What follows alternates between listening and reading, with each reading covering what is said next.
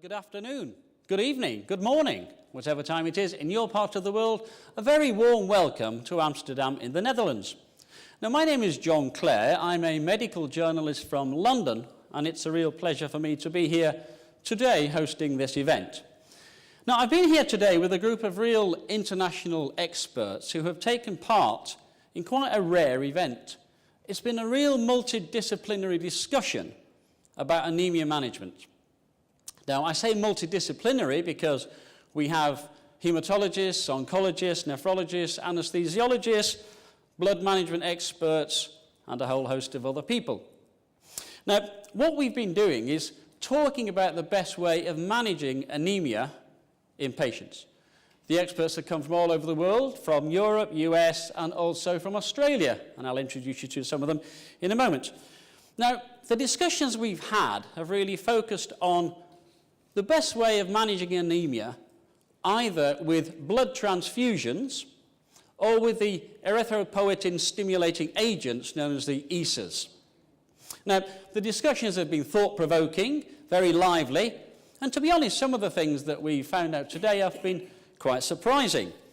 One of the things we discovered, for example, was that the recent evidence about the potential risk of blood transfusions is not well known and not really well understood. One of the experts said in one of the sessions today, he said some people regard blood transfusions as like a placebo that's doing no harm.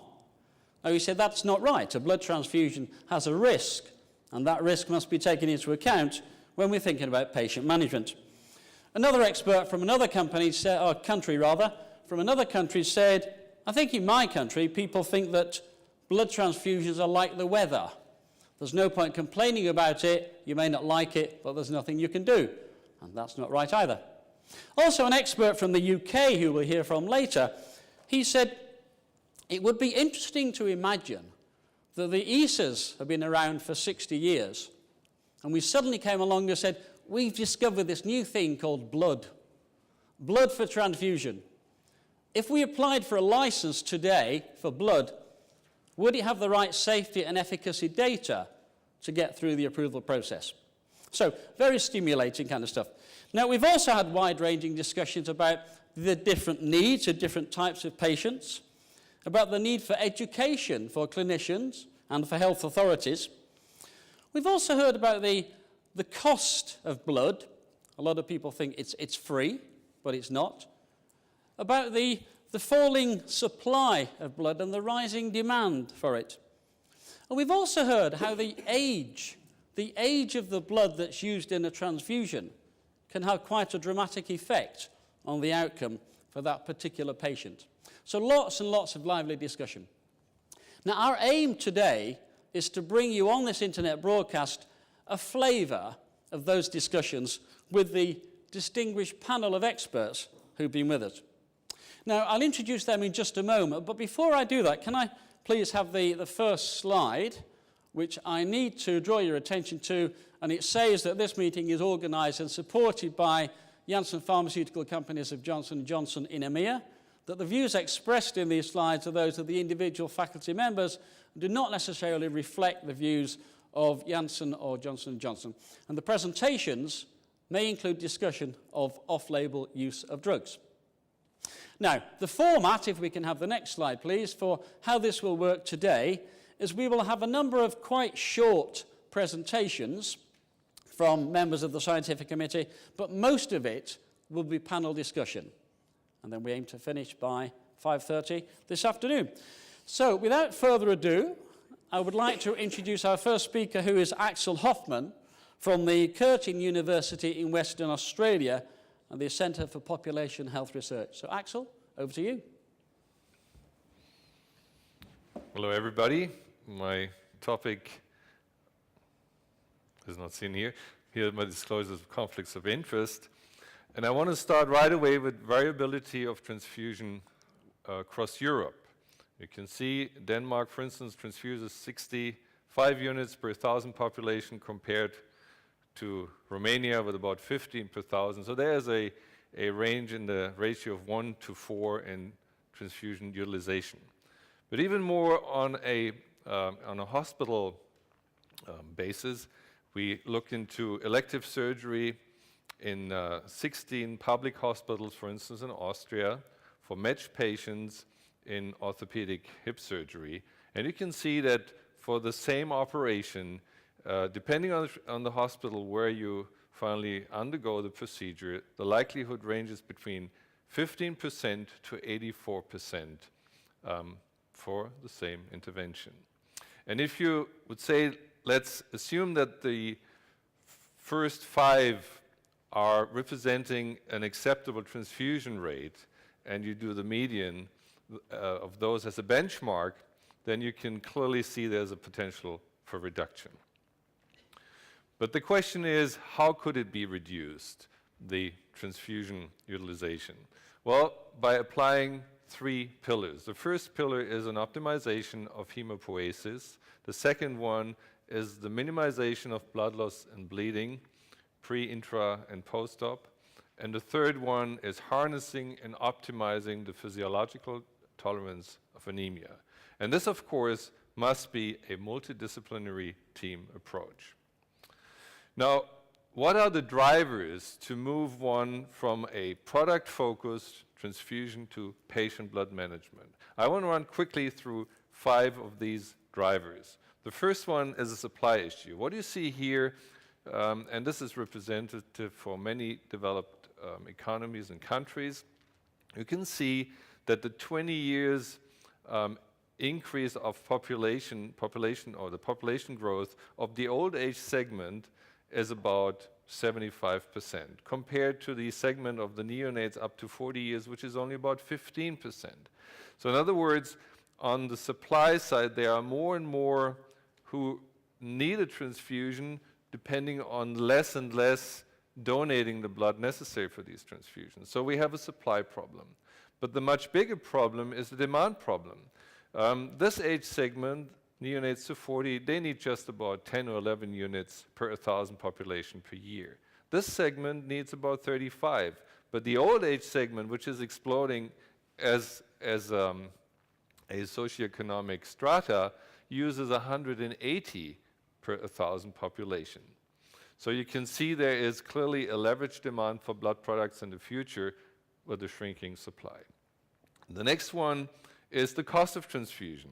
Here is, for instance, a study showing the product cost in 4 institutions and ranging between $260 and $170 per unit, but getting the unit into the veins of the patient with all the testing and the actual administration, the nursing time, and aftercare or post-transfusion care shows us that what we call activity-based costing costs between $1,180 to about $500, depending whether it's in the US or Europe.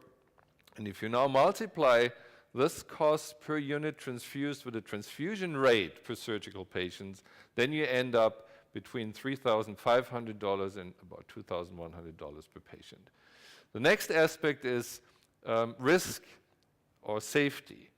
We all agree that HIV, Hep C, and hepatitis B is not a problem anymore, although it's safety at very high cost, by the way.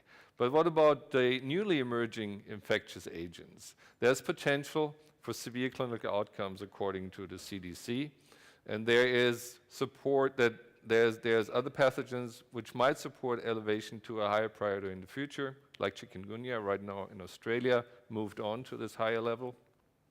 There is other groups, they carry public and/or regulatory concern already, and there is another large group of pathogens which is on the radar. The next problem is transfusion and outcome. And we have, as a group of experts, identified more than 500 papers published in the last 15 years looking at transfusion and outcome. And the large majority of these papers show that transfusion is always or almost always associated with adverse outcome. And there are also some randomized controlled trials in some very specific patient settings. This paper recently published looking at 38.6 million patients in the United States, basically all Medicare records from 2004, 5.8% of these, or 2.3 million of these patients, have been transfused. And after adjusting for age, gender, comorbidities, admission type, or DRG, transfusion was associated with a 70% increase of mortality, a 90% increase of infection rate. The length of stay was about 2.5 days longer, and the charges per patient about $17,194 higher. How much of this is causal, we still don't know, but we have a lot of indicators that there might be or should be a causal link. And this adds up to $40.1 billion in more charges. Finally, does transfusion really work the way everybody thinks it does? Well, this picture speaks for itself. It shows that hemoglobin doesn't equal hemoglobin if the blood is fresh or it's stored up to 42 days. There are a lot of changes, rheological, morphological changes, biochemical changes, biological changes, and others. And there is clearly evidence, experimental evidence, animal models, and other data showing that this has an impact on a patient. So therefore, the World Health Organization in this spring agreed, the 63rd World Health Assembly adopted by resolution that patient blood management must be on the agenda of countries, of nations or states, not only developed but also developing countries. Thank you very much. Thank you, Axel.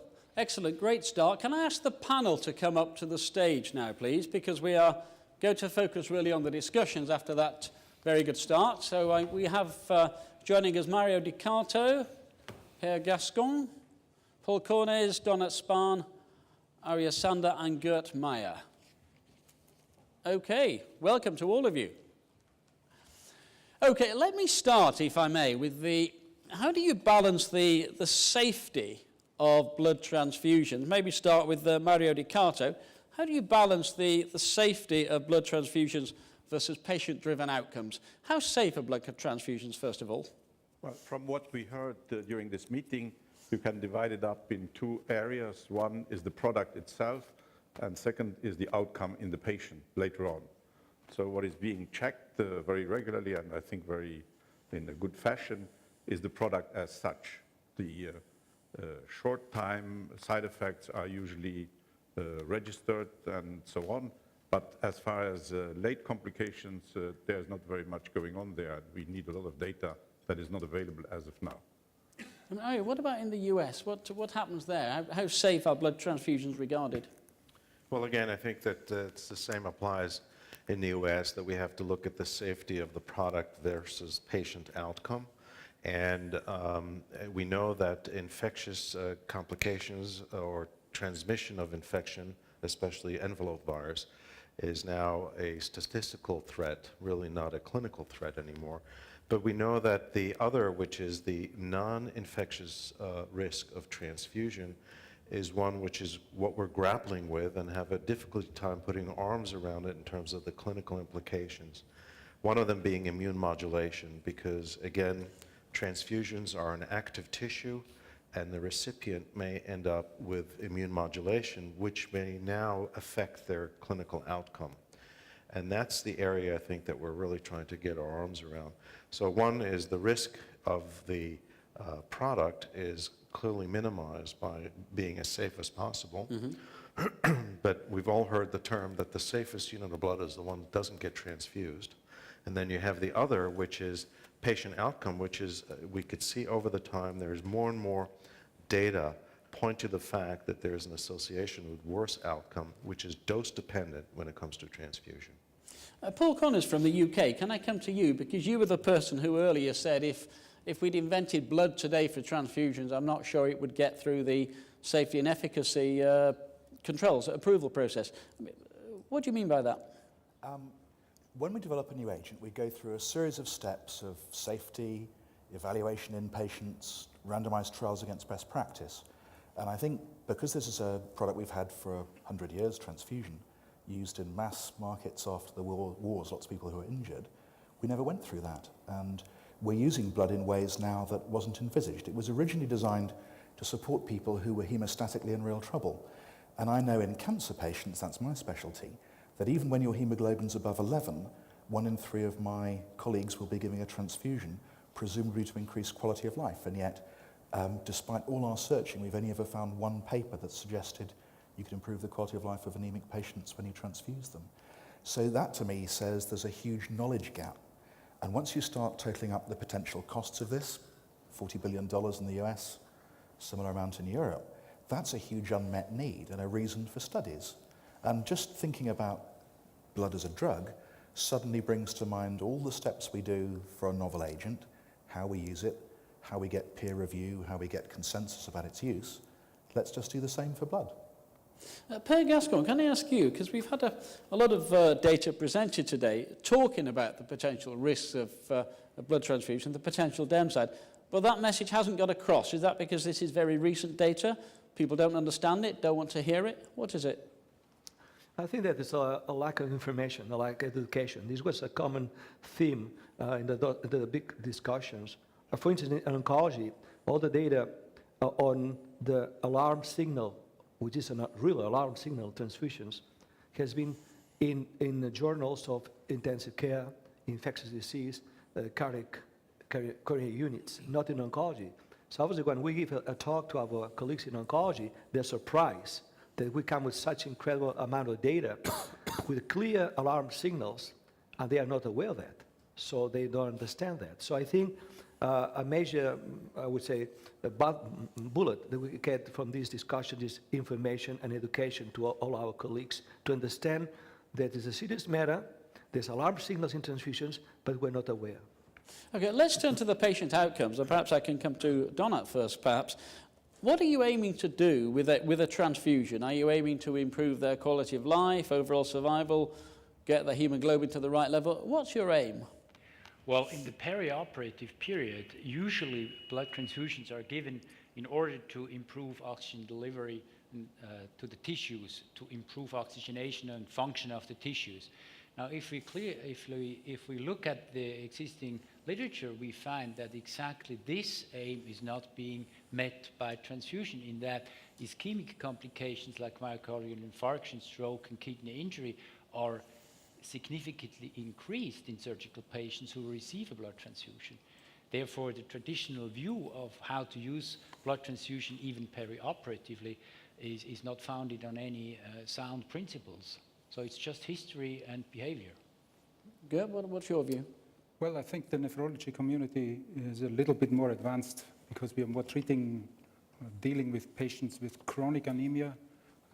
We are still aware of the times when ESAs were not available, when the patients actually were transfusion dependent. So the danger of continuous use of blood transfusions in these patients are still in the mind of the nephrologists, and they relate to iron overload, and they are also relating to allosensitization, which has a negative impact on transplantation. So I think in the chronic anemia setting, the nephrology community is still aware of these problems.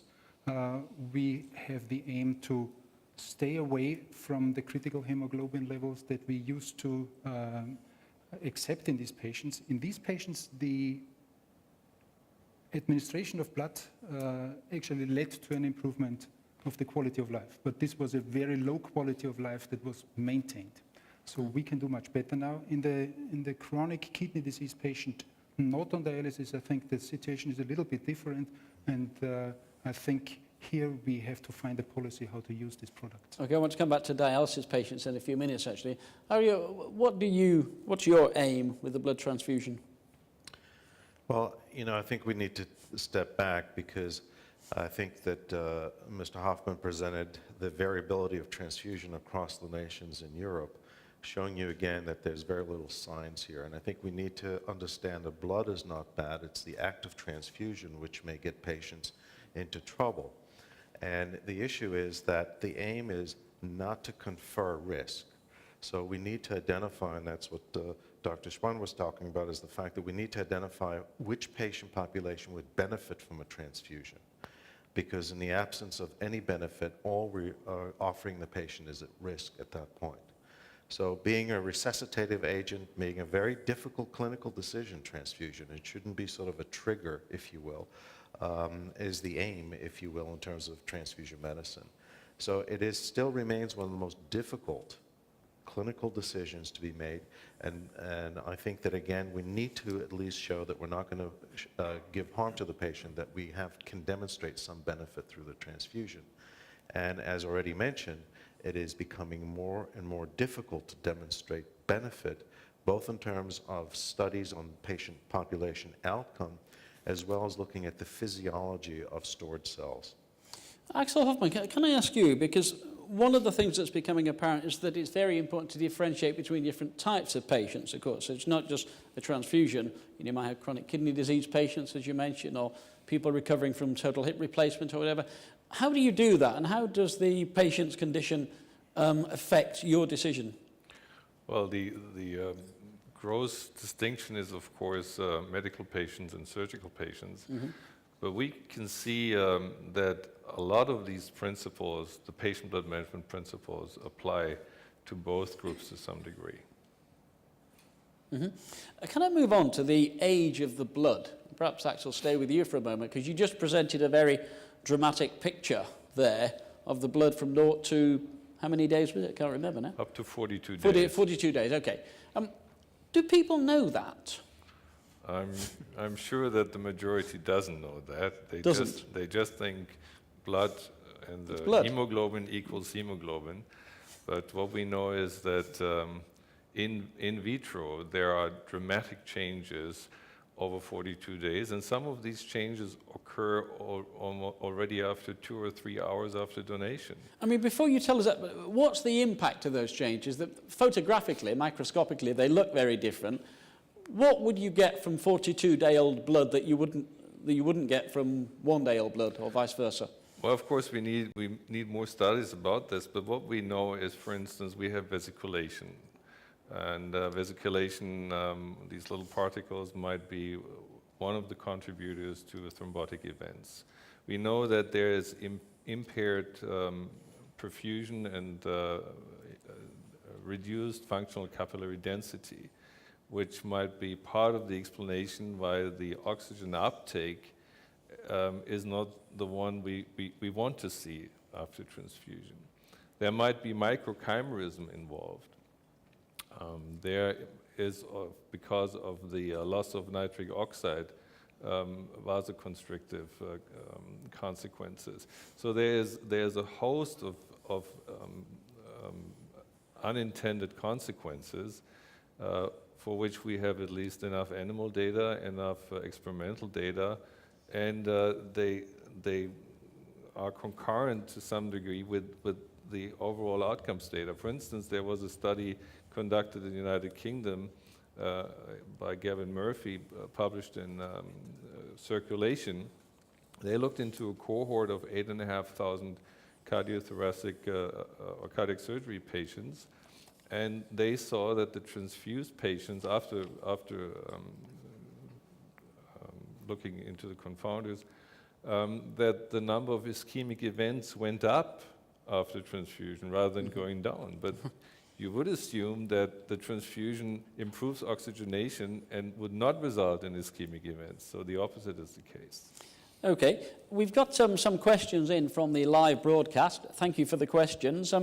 Let me start with the first one to you, Axel. At what HB level, what hemoglobin level should we transfuse the patient? Well, I'm probably the wrong person to ask that, but again, I want to refer to the comments that it's more the question of the symptoms and not of a numeric trigger. Okay. And the other point is we shouldn't start the discussion at the trigger point. We look at these 3 pillars and we can say that a transfusion is a missed opportunity. When we focus on optimizing the patient's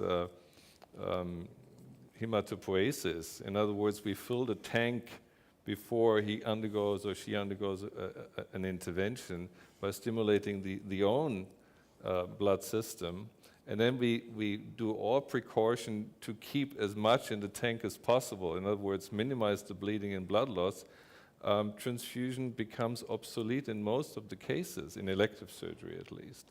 And so the third pillar, harnessing and optimizing tolerance of anemia, is really the last resort. And the very last resort then is a transfusion. Okay, can I move on? Paul, can I come to you, talk about the socio-economic impact and the cost of blood transfusions? I think we said earlier, some people think blood costs nothing because it's donated free. It's true. We know most people are paying somewhere around 80, 120 euros for a unit of blood, and typically will transfuse 2 or 3 at a setting.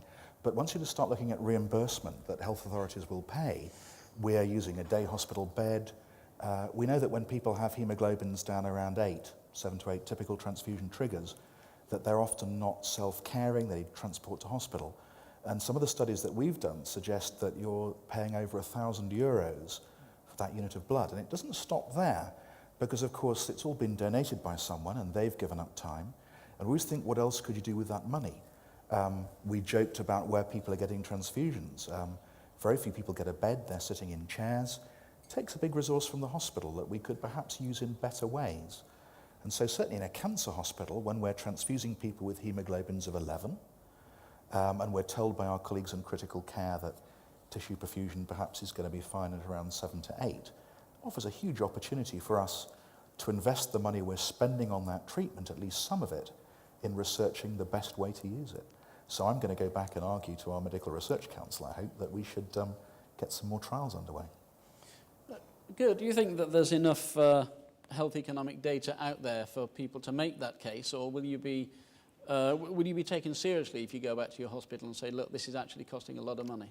Well, I think that the awareness is very low on this, and this is probably one of the facts that we should keep working on, to keep up the awareness, or to create the awareness that this is a very costly procedure, and not just looking at the unit cost, because there are a lot of costs around in collecting the blood and providing the blood, and this is still true in the situation that we don't know what we are really doing with it, if this is benefit or harm. So I completely agree with most of the panel that probably any other medical intervention would not pass any legislation to get approval if it would go the way we are using now the infusions.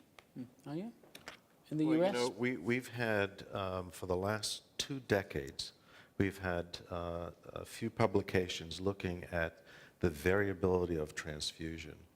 And just one that was just published last month looking at cardiac surgery in the United States, a very robust study of over 100,000 patients and in more than 750 hospitals. And the variability, just taking red cells, of transfusion was anywhere from 8 down to under 10% to over 90%. So there's a huge opportunity here where there's no difference in outcome to reduce the amount of transfusion, which again are enormous cost. I mean, we already discussed the issue of cost, and I think that Mr. Hofmann presented some of that.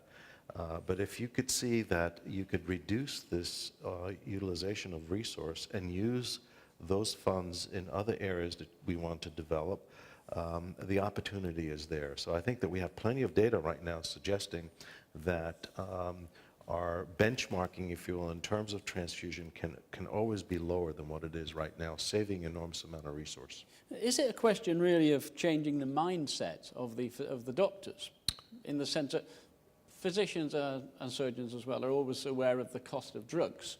Perhaps they need to be also aware of the cost of blood. Would that be fair?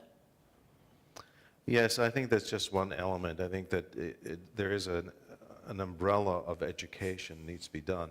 And we already have data on that showing that, again, the more education you receive about transfusion, the less you use. So it's inversely proportional. The knowledge is inversely proportional to the amount of transfusion. Paul, I think you were saying in one of the breakout groups today that at your hospital in the UK, is that correct? People, yes. A doctor who transfuses patients has to go on an annual course, was that Yes, right? it's our latest part of our mandatory annual training, so that we're going to hear this message. More importantly, we have transfusion nurses, whose perhaps we should rename them not transfusion nurses, who come along and help you look at alternative methods and think more. And we know that only a few countries and health systems have actually driven down their overall blood use over the last decades. And it's clearly been possible in Britain. And if we can do it there, I'm sure that variability you can iron out. If we can do it, other health services can do it as well. So I'd embrace all of that. Education, bring your nursing colleagues on board, the whole hospital. Sure. Now, we do have an audience here as well. If you're watching on the internet, you can't see the audience, but I promise you they are here. And if anybody in the audience has any questions, we do have a couple of roving microphones. If anybody would like to make a comment or ask a question, then please put your hand up and we'll find you with a microphone. While people are thinking about that, another question has come in from the internet, again directed to Axel Hofmann. The question is, what's the main role of irradiated and leukodepleted blood products? I can't answer that one. I don't have the expertise on radiation. Who would like to take this on? Irradiated and leukodepleted blood products, what's the main role? Well, I can say that. Obviously, I think it's been a major importance and advantage. All this started with the bone marrow transplantations. Obviously, it's more safer. Obviously, when you look at deplete blood, obviously you remove most of the virus. The virus can go like a Trojan horse inside of the body. You have the alloimmunization. Obviously, at one point transfusions were related to immunosuppression. It appears that now with the removal of the white blood cells, probably this less. So obviously, every time you remove white blood cells, it's an important thing. And the second, the irradiation, obviously, you can destroy some of the particles, etc. Especially, it's almost a mass it always has been a mass for bone marrow transplantation. So this is an improvement. Obviously, increases the price of the whole thing, but it's a cost of the safety of the blood product. Okay.